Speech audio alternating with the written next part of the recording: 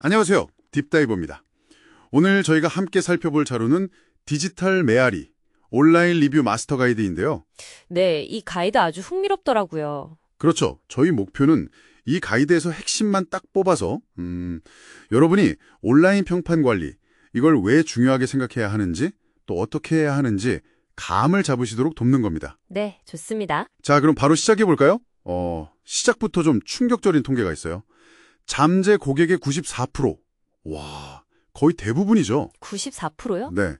이 94%가 단 하나의 부정적인 리뷰 때문에 아예 그 비즈니스 이용을 포기한 적이 있다는 거예요. 이야, 94%라니. 그게 사실이라면 온라인 리뷰라는 게 그냥 참고사항 정도가 아니라 거의 뭐 반마케팅, 그러니까 마케팅 효과를 그냥 깎아먹는 존재가 될 수도 있다는 거네요. 그렇죠. 심지어 구글 같은 검색 엔진도요. 그 지역 검색 순위 매길 때 리뷰 관련 요소를 한 17% 정도나 본다고 하더라고요. 17%?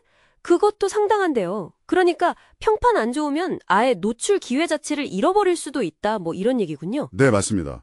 단순히 지금 고객 한 명 놓치는 게 아니라 앞으로 올 수많은 고객들까지 다 놓칠 수 있다는 거죠. 어휴. 무섭네요, 진짜. 여기서 이제 골든타임 원칙이라는 게 나오는데 이게 신속한 대응이 중요하다는 얘기죠. 네, 맞아요.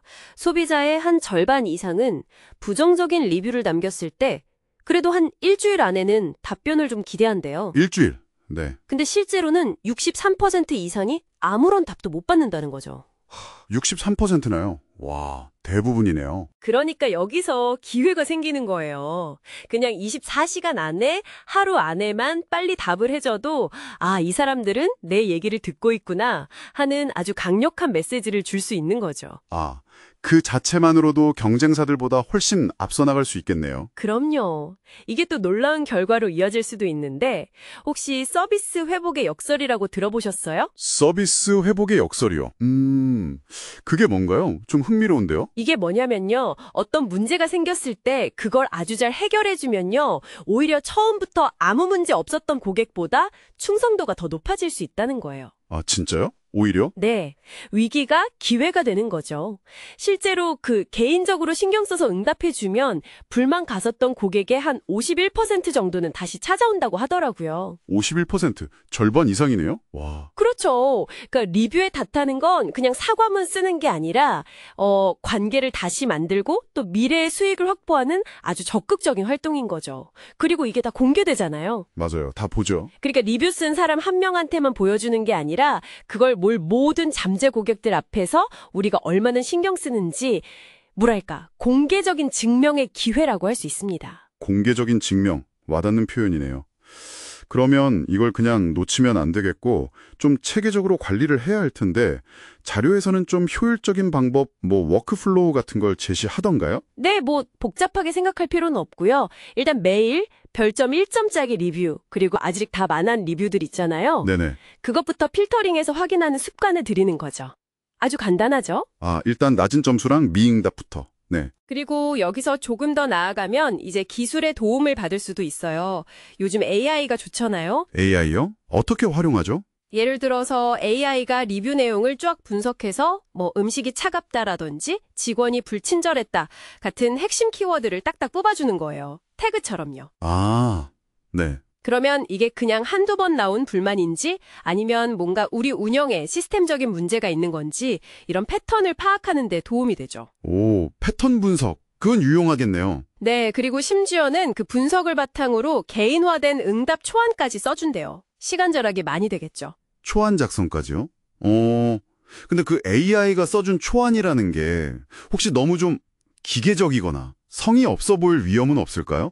그럼 사람은 뭘 해야 하죠? 아, 그거 진짜 중요한 질문이에요. 맞습니다. AI는 효율을 높여주는 도구일 뿐이고 결국 진심으로 공감하고 또 우리가 해결해주겠다는 약속은 사람이 직접 해야죠. 그렇죠. 공감은 사람이. 네, AI 초안을 그냥 복사 붙여넣기 하는 게 아니라 그걸 바탕으로 해서 각 고객의 상황에 맞게 좀 더 진정성 있는 말로 다듬고 해결 의지를 보여주는 거, 그게 핵심입니다. 기술이랑 사람의 협업인 거죠. 기술은 효율을, 사람은 진심을. 알겠습니다. 그럼 구체적으로 어떻게 답해야 할까요? 뭔가 좀 따라하기 좋은 틀 같은 게 있을까요? 네, 있습니다. ACE 프레임워크라는 걸 쓰면 좋아요. A, C, E, 요. A, C, E요. 네. 첫 번째 A는 acknowledge, 인정이에요. 일단 고객이 불편했던 경험, 그 감정을 그대로 인정해 주는 거죠. 아, 저희 서비스가 기대에 못 미쳤다니 정말 죄송합니다. 이렇게요. 아, 인정하기. 네. 두 번째 C는 connect, 연결. 구체적인 문제에 대해서 공감하고 이해를 표현하는 거예요. 예를 들어 음식이 30분이나 늦게 나와서 얼마나 답답하셨을지 충분히 이해합니다. 이런 식으로요. 구체적으로 공감하는 거군요. 맞아요. 마지막 E는 empower, 권한 부여. 여기서 이제 해결책을 제시하고 가능하면 오프라인으로 대화를 유도하는 거죠. 괜찮으시다면 저희 매니저에게 이 번호로 연락 주시면 저희가 문제를 바로잡을 수 있도록 최선을 다하겠습니다. 처럼요. 아, 해결책 제시랑 오프라인 유도. 네. 그리고 이 모든 과정에서 항상 전문가답게 그리고 너무 방어적으로 나가지 않는 태도가 중요합니다. 인정, 연결, 권한 부여, ACE. 기억하기 좋네요. 간단하면서도 되게 효과적일 것 같아요. 특히 그 연결 단계에서 구체적인 상황에 공감해 주는 게 핵심 같네요. 맞습니다. 자, 그럼 이렇게 열심히 리뷰를 관리하는 거, 이게 결국 비즈니스 전체적으로는 어떤 의미가 있는 걸까요? 어떻게 연결되죠? 그게 바로 O2O, 그러니까 온라인 투 오프라인 플라이휠이라는 개념으로 설명될 수 있어요. O2O 플라이휠이요? 네. 온라인에서 피드백, 즉 리뷰가 들어오잖아요. 그럼 거기에 우리가 온라인으로 개입, 즉 응답을 하죠. 네.